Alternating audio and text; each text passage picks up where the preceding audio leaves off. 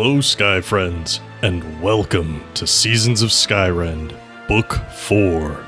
We're a custom 5e D&D adventure that focuses on the stories of our characters as they seek to change the world, and how the world responds in turn. I am your host and DM, Scott, and you can find me on Twitter at @TheScottBlake. Hi, I'm Chris, and you can find me at Ewok Killer on Twitter. I play Finnegan Finn Tempest, a Tiefling Trainer, which is a Skyrend original class supported by the Metalweave Games supplement Baby Bestiary. Finn is the trainer of Cerilius, a blue guard drake. Hi, my name is Nate. You can find me on Twitter at Skyrend_Nate. I play Darvin Grimm, the human monk, and I am currently hosting Cade, the demigod of the land in my brain. Hi, I'm Shannon. You can find me on Twitter at Skyrend_Shannon. I play Aranus Grey, the god of rebellion, and I am a half-elf bard. You can also find the show on Twitter at Skyrend Podcast, and you can support us on Patreon at patreon.com/Skyrend Podcast. Head on over to find out about bonus chapters, early access, NPC creation, and more. Now then, thank you for joining us, and please enjoy this chapter in Seasons of Skyrend.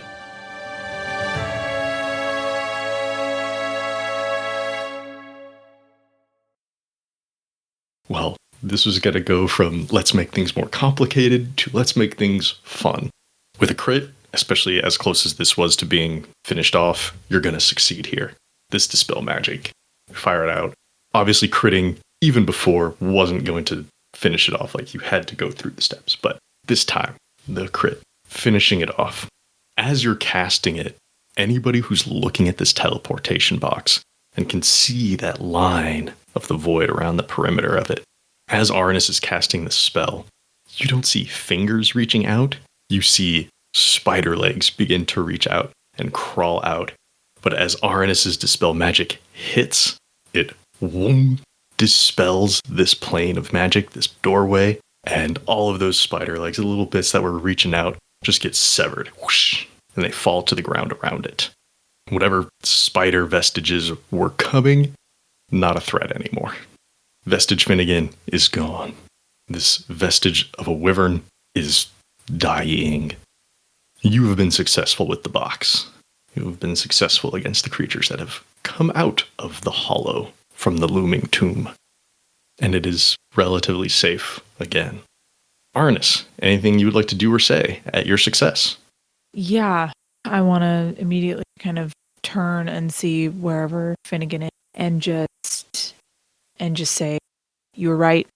I was stupid, and I'm sorry.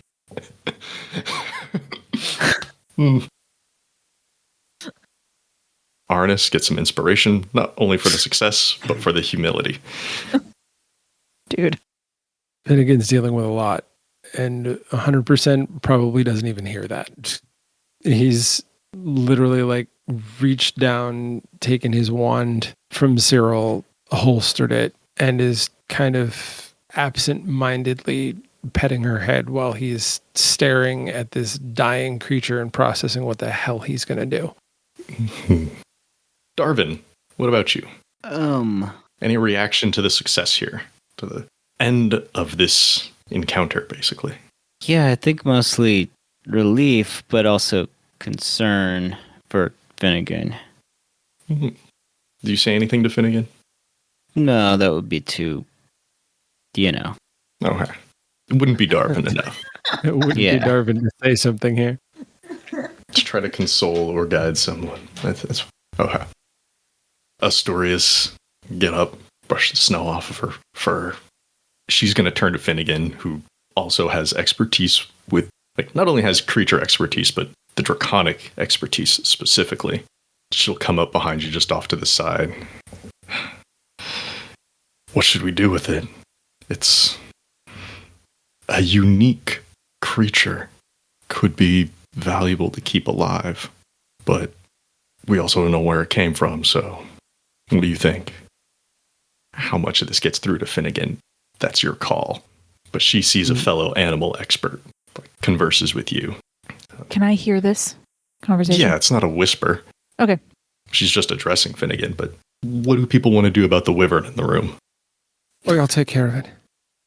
Leave us. Astorius leaves. Go.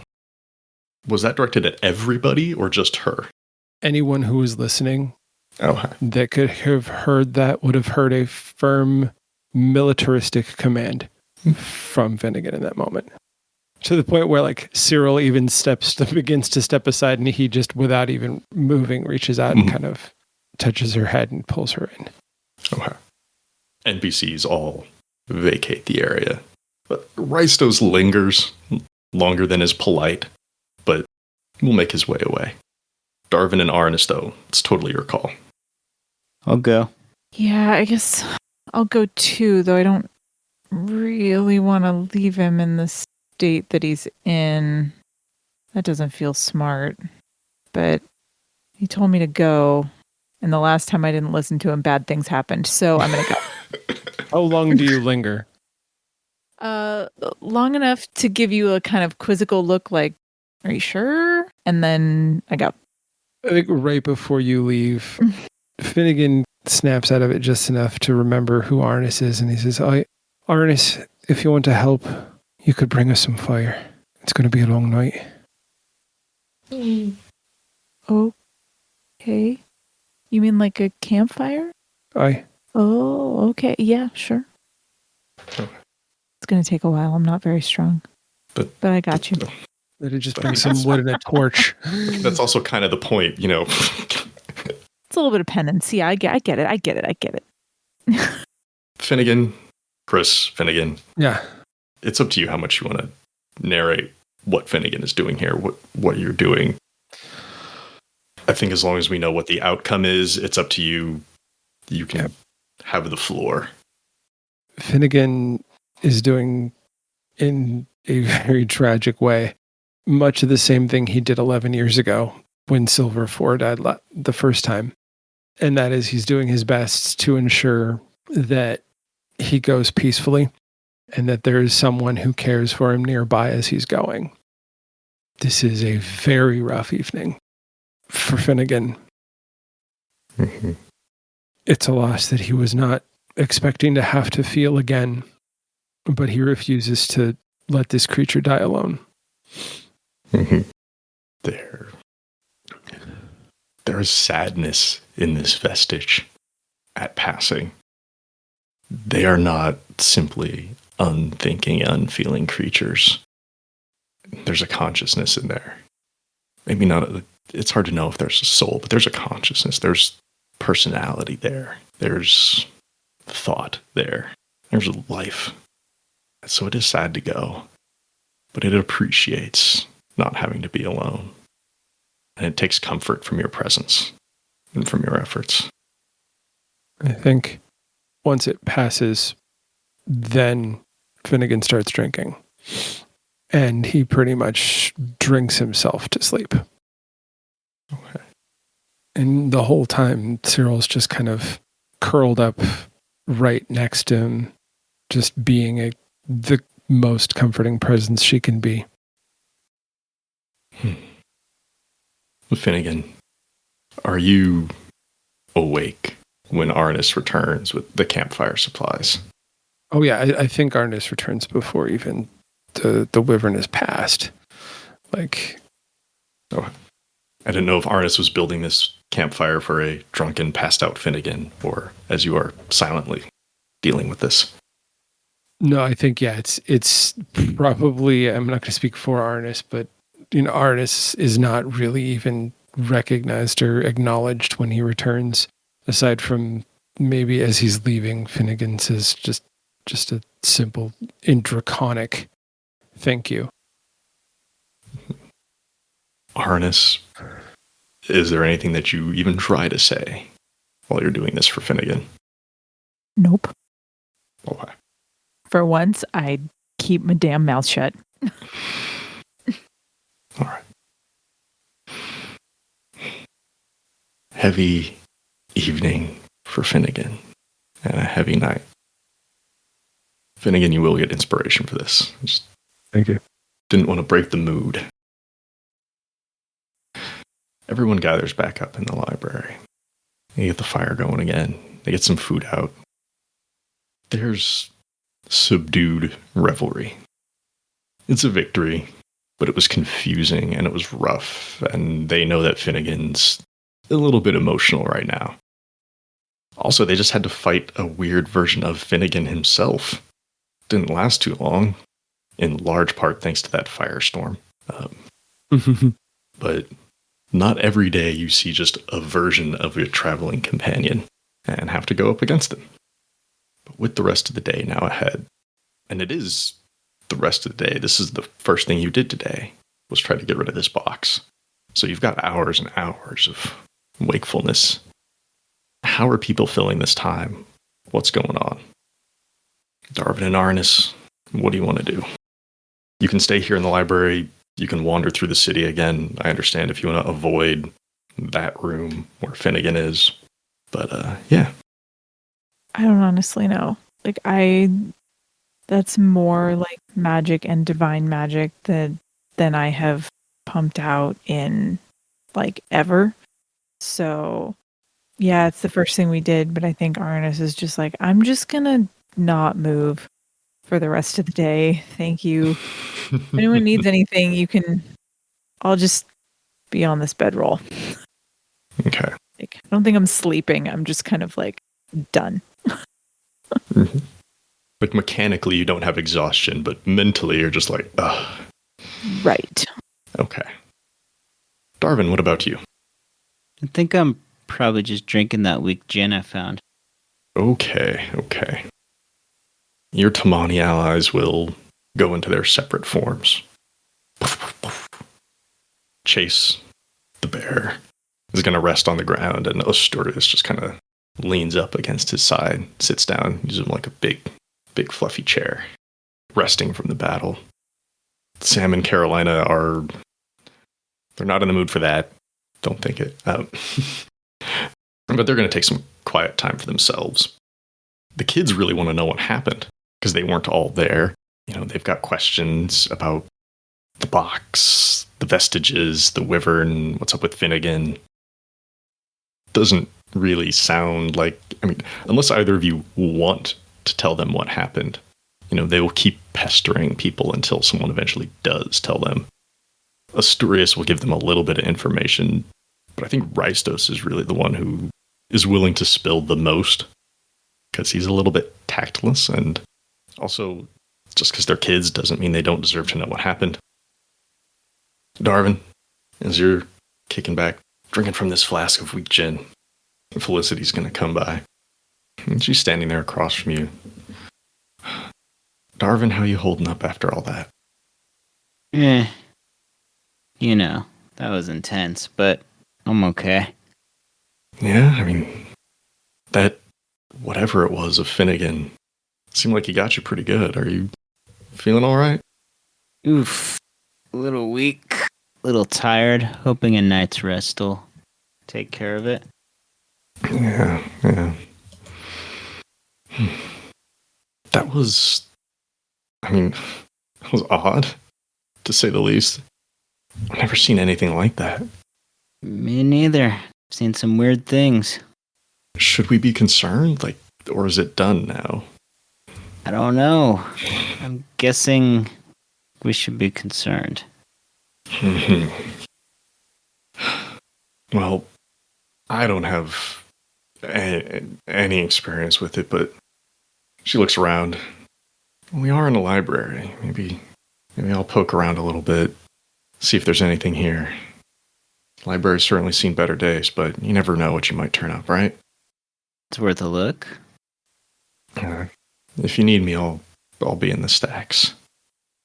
She'll just give you a pat on the shoulder as she walks out into the stacks. She starts looking through the books. She'll be in there a while if anybody needs her. Arnis, lying down on the bedroll, resting. What's your mood? You know, it's mixed because on the one hand, I'm really impressed with myself with the amount of divine magic that I slung around and was able to kind of, keep it all working properly. On the other hand, I'm still sort of scared because that was like terrifying. Finn getting sucked into that thing and then all that stuff coming out. And then on a third hand, I feel like the biggest idiot in the world. Just generally. Well, not generally. No. For not listening to Finn. Mm-hmm. So as you're processing all that, going over the day with yourself, you're joined by Rystos. The most sensitive of the NPC allies you have, clearly. Oh, yeah. Super good.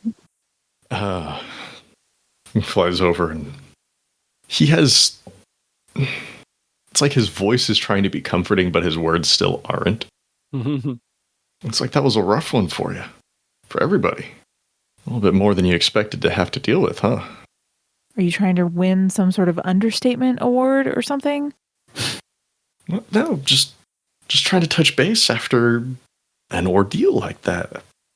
It was different. Unexpected, definitely. Kind of a shame we didn't get to study it more. Finnegan was in there, though. Yeah, such a He bummer. probably knows something. Such a bummer that it just like attacked us. I mean, how rude. And also, like, you are not going anywhere near Finn for at least a week. Like, if you think I'm joking, I'm not joking. Like, you are not going anywhere near him or asking anything of the kind of him ever, really. It's a bit extreme, Harness. Are we staying here for the week then? It's going to be hard to avoid people when we're traveling together. Oh my lord. Okay. Just don't ask him about it, all right? We're going to let some time pass. You're going to let me talk to him, not you, the tactless wonder. Oh. Okay, and at fine. this, I've kind of like sat up, and then I'm like, oh, sitting up is hard, and I lie back down. Okay. You started to take a look at it. Anything you can tell me about it. Anything at all. That space, those creatures. If we're going to see that again, we can't go in that blind. Well, to be honest with you, I don't know very much. What we just experienced was completely outside of my knowledge base. And I'm guessing by the fact that you're asking me questions, it's outside of yours too, which we should assume is bad. It's out of my immediate knowledge base. There's always research. And this is a book of rules, so I don't know if it'll reference a dark and sparkling void. But if we knew more about who or what it is, I might be able to find names. Well, but if all I have is a color palette, I'm a little stuck. Clearly, I can't help you with that. Because you can't just roll, or I can't just like examine it for arcane energies and assume it's going to just tell me its name when I do that. Like, that's not a thing. So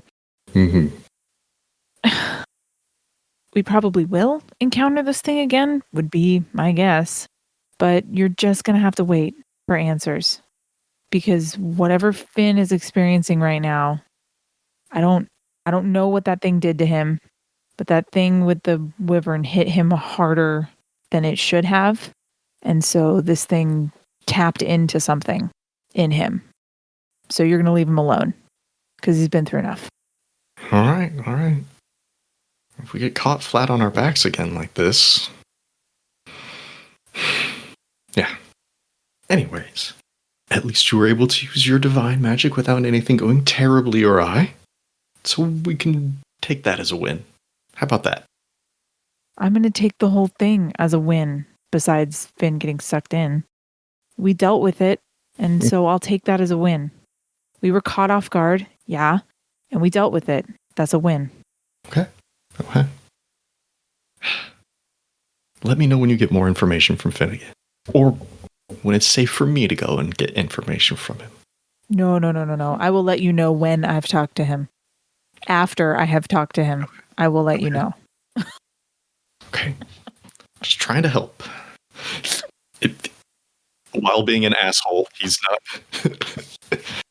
I'm just absolutely loving. I want to hug Dad Arnis right now because he's doing the best thing he possibly can for Finnegan, and I appreciate it so much.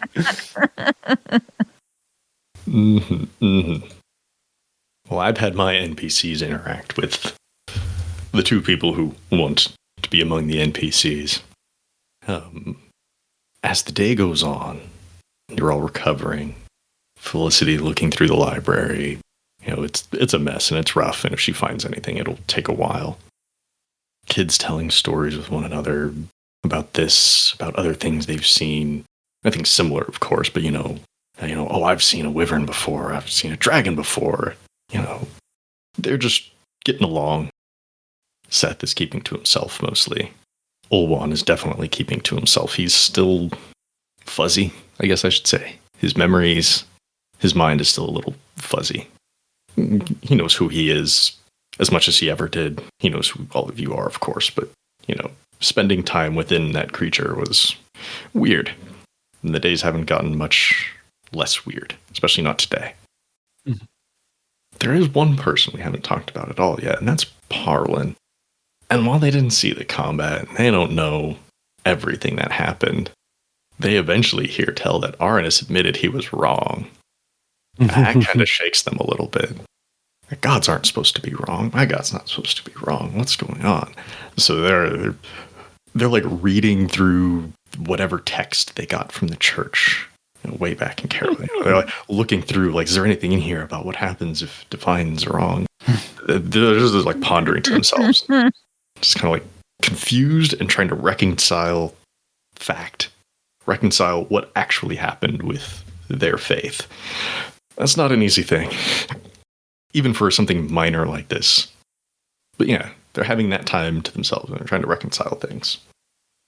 But as the day goes on, Darvin sipping from his gin, Arnis resting, recovering, Finnegan back with the wyvern, back with Cyril, as the wyvern slowly fades and passes.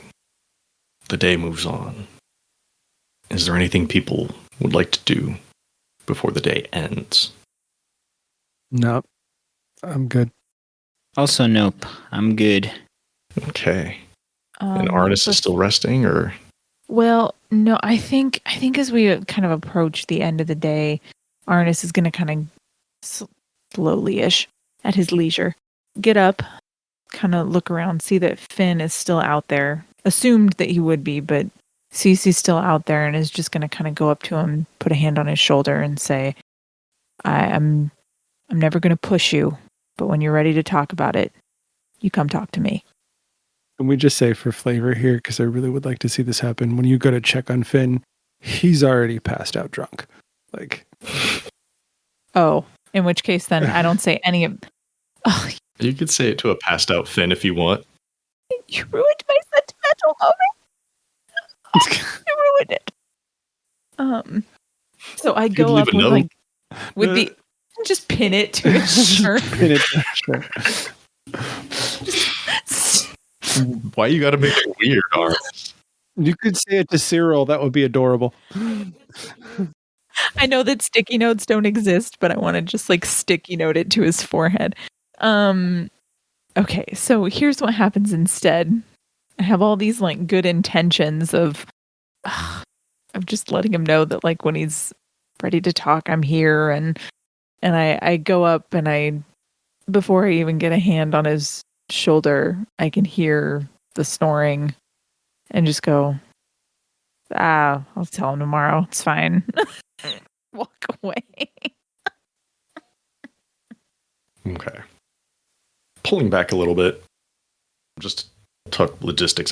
This is something eventually Sam would, of course, bring up, but I think it would probably be good just to like talk about it, or at least just say it. How long do people want to stay here in Honey Hollow? Is this a we're leaving in the morning situation? Is this we're staying for a few days? Are you trying to look for supplies here in the city? It's been a while since the city was destroyed, but hey, you're in the winter belt. Things are cold.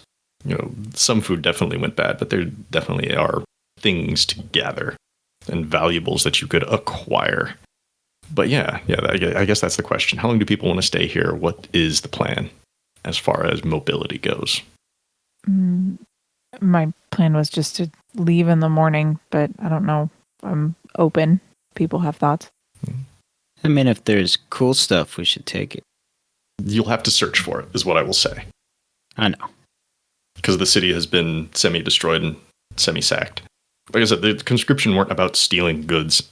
They were about meting out divine justice. Sorry, divine assistance. This was Corum's peace. They thought they were doing good.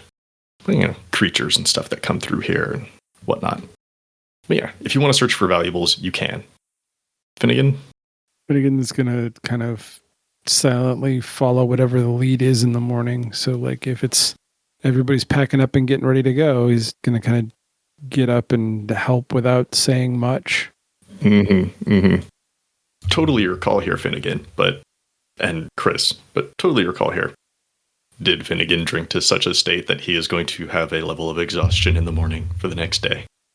If that's how you want to handle the physics of being hungover, then yes. No, I don't care, because we might not even do anything the second day. This is all flavor. But he's definitely hungover. Like, that's okay. Part of the reason why he's not talking much. Like, he's got grief and hangover. Those are two things to be dealing with at the same time that are really fun.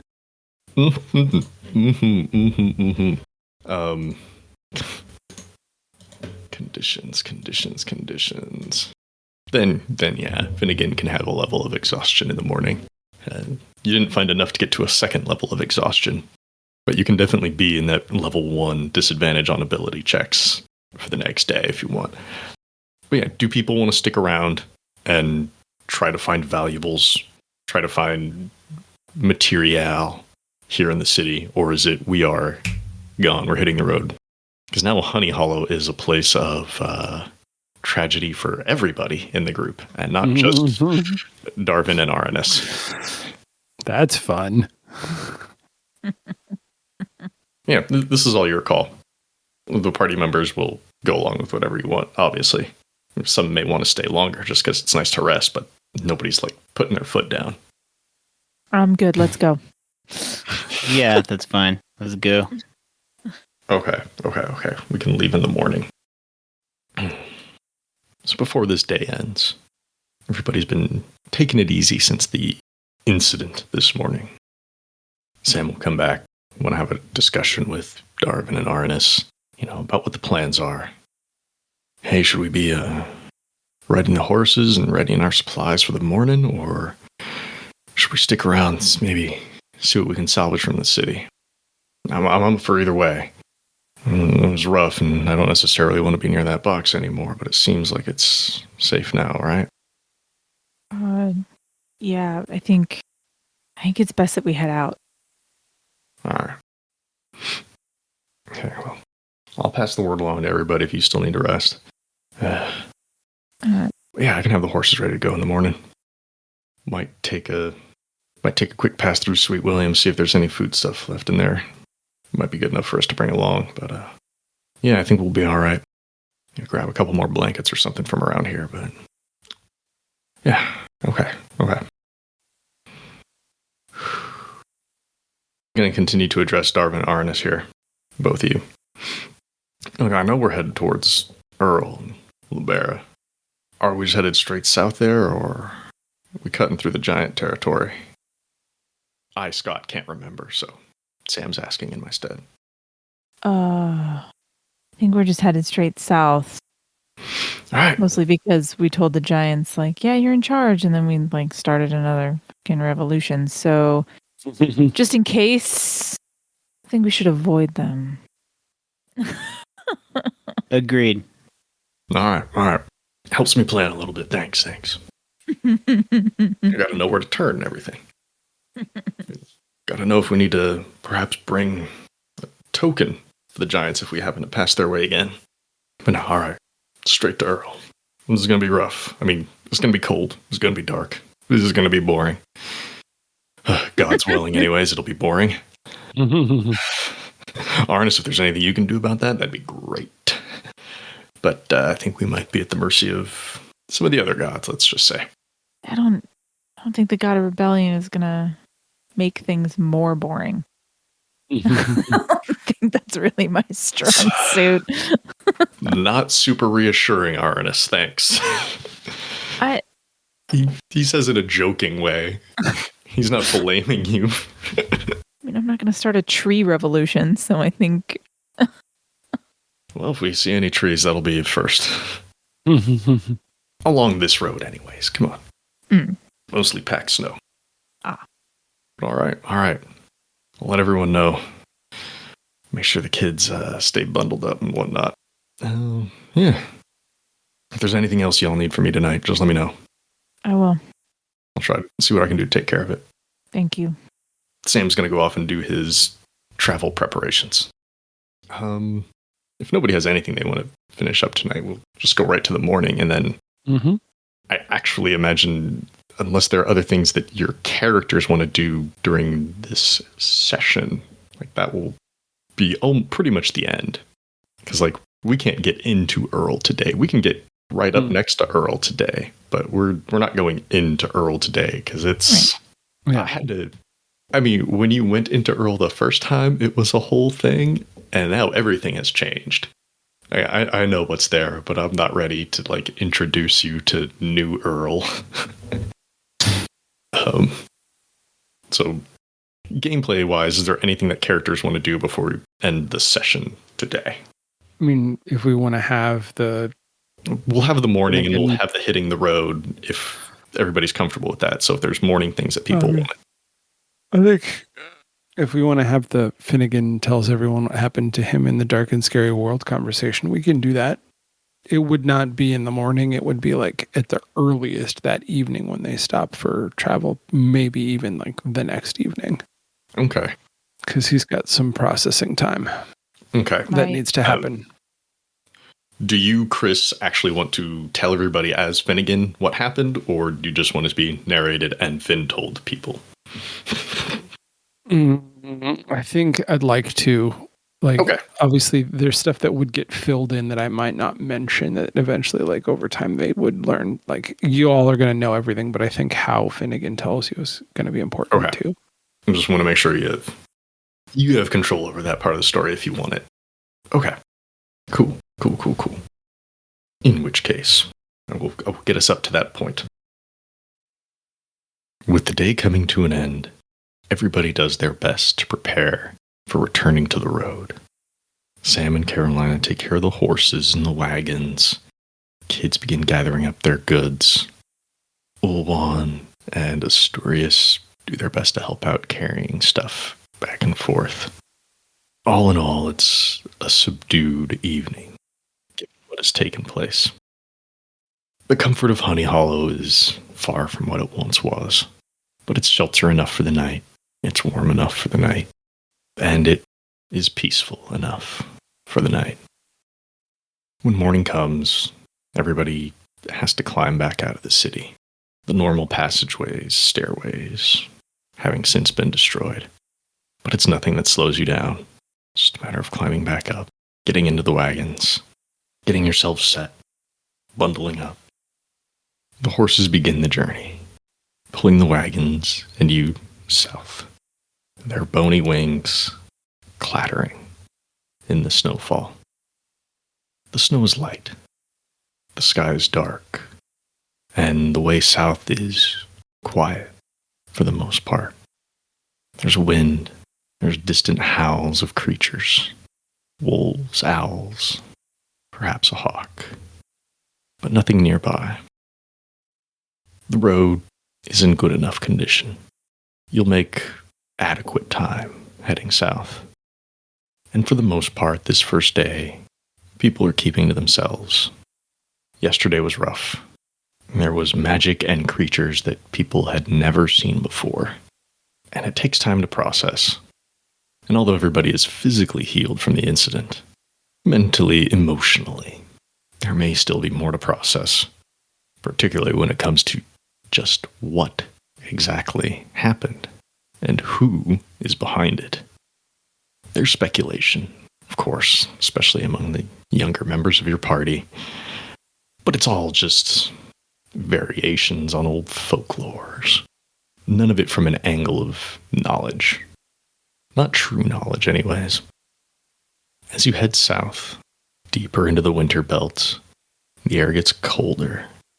The frozen ocean branch overhead draws a line through the sky. Whether or not anyone or anything is up on that ice is impossible to tell right now. But it feels like a solitary day.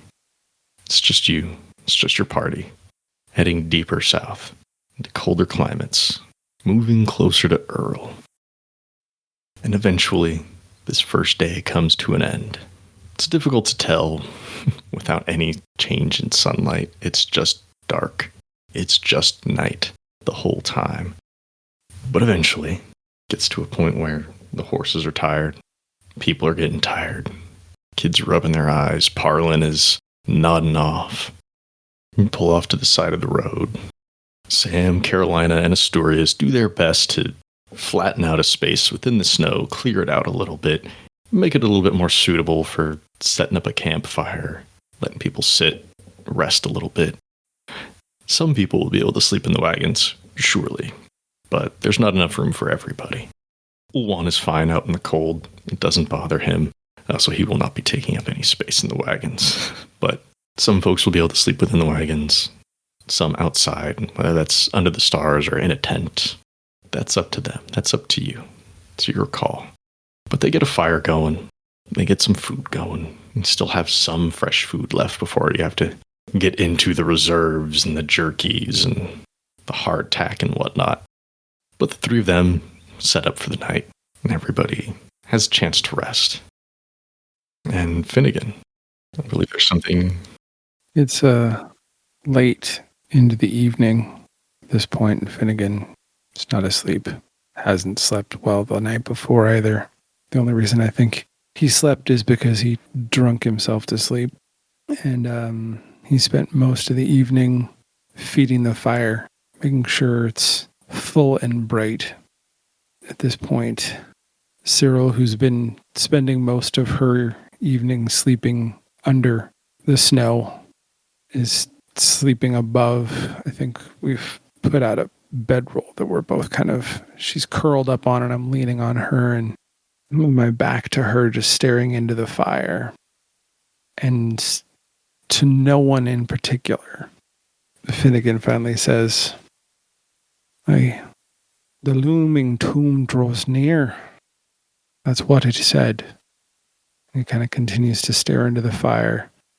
When I went through the door, the box, it sent me to a place. It wasn't here, it wasn't there. It was somewhere in between. It wasn't a different realm, I know that much, because I was able to communicate with Cyril, but it was not where I was supposed to be. I have faced evil before. I faced death in the wars, my own mortality. I've stood at the foot of kings, and I've grovelled at the feet of my enemies for my own lives, and the lives of those I fought for. I stood in a room surrounded by more gods than I could count that I ever thought I would ever see. And as this entity appeared to me, I felt a fear I have never felt before. The Looming Toom is darkness, but it's not darkness we know. It is not a darkness we understand. It's a darkness before time, before light. It is a darkness that is more evil than anything I think I've ever felt before. And I have seen evil. He calls his realm the Hollow, that place between. And you've already seen his children, their children, its children. I don't know. They're called Vestiges, and they are clearly something else between us and the living or the dead, whatever abominations they are. All I know is I never want to see that again. I know nothing else. Don't ask me. I know that he's still not looking at any of us, but Arnis just looks in his direction and says, "Thank you, Finn." I know the power of knowledge. As much as I never want to see that foul thing again, someone has to stop it. And clearly there are those here who already follow him, because we've seen that color and that power already once before. We're not going to be able to do this on our own. I doubt even the entire realm will be able to stand against him. It, whatever it goes by, it is primal. I felt like a grain of sand facing the entire ocean in its presence. When the time comes, you'll have my wand. And with that, we'll bring this chapter to a close. But the story will always continue. Thanks again to all of our Patreon patrons for your support. If you'd like to become a patron, go to patreon.com/Skyrend podcast and pick out a level that's right for you. Before we go, I'd like to give special thanks to everyone at the $5 and up tiers. At the $5 City Council level, thank you, Shannon DeMello. At the $10 Mayor level, thank you, Christopher DeMello. At the $15 Governor level, thank you, Paul Calicott, Phoenix Bryan, and Sierra Jones. Thank you for listening to this chapter in Seasons of Skyrend. If you like what you heard, please leave us a 5-star rating and review on Apple Podcasts or wherever you find us. If you want to chat, we're on Twitter at Skyrend Podcast. You can join our Discord server, or you can email us at skyrendpodcast@gmail.com. You can also find us online at skyrendpodcast.com. As always, thanks to Daryl Barnes for creating our theme music. You can find them on Twitter at DarylBarnes_. We also want to thank the talented at Gabby_Desu on Twitter for our fantastic podcast art. Thanks again for joining us. We'll see you next time on Seasons of Skyrend.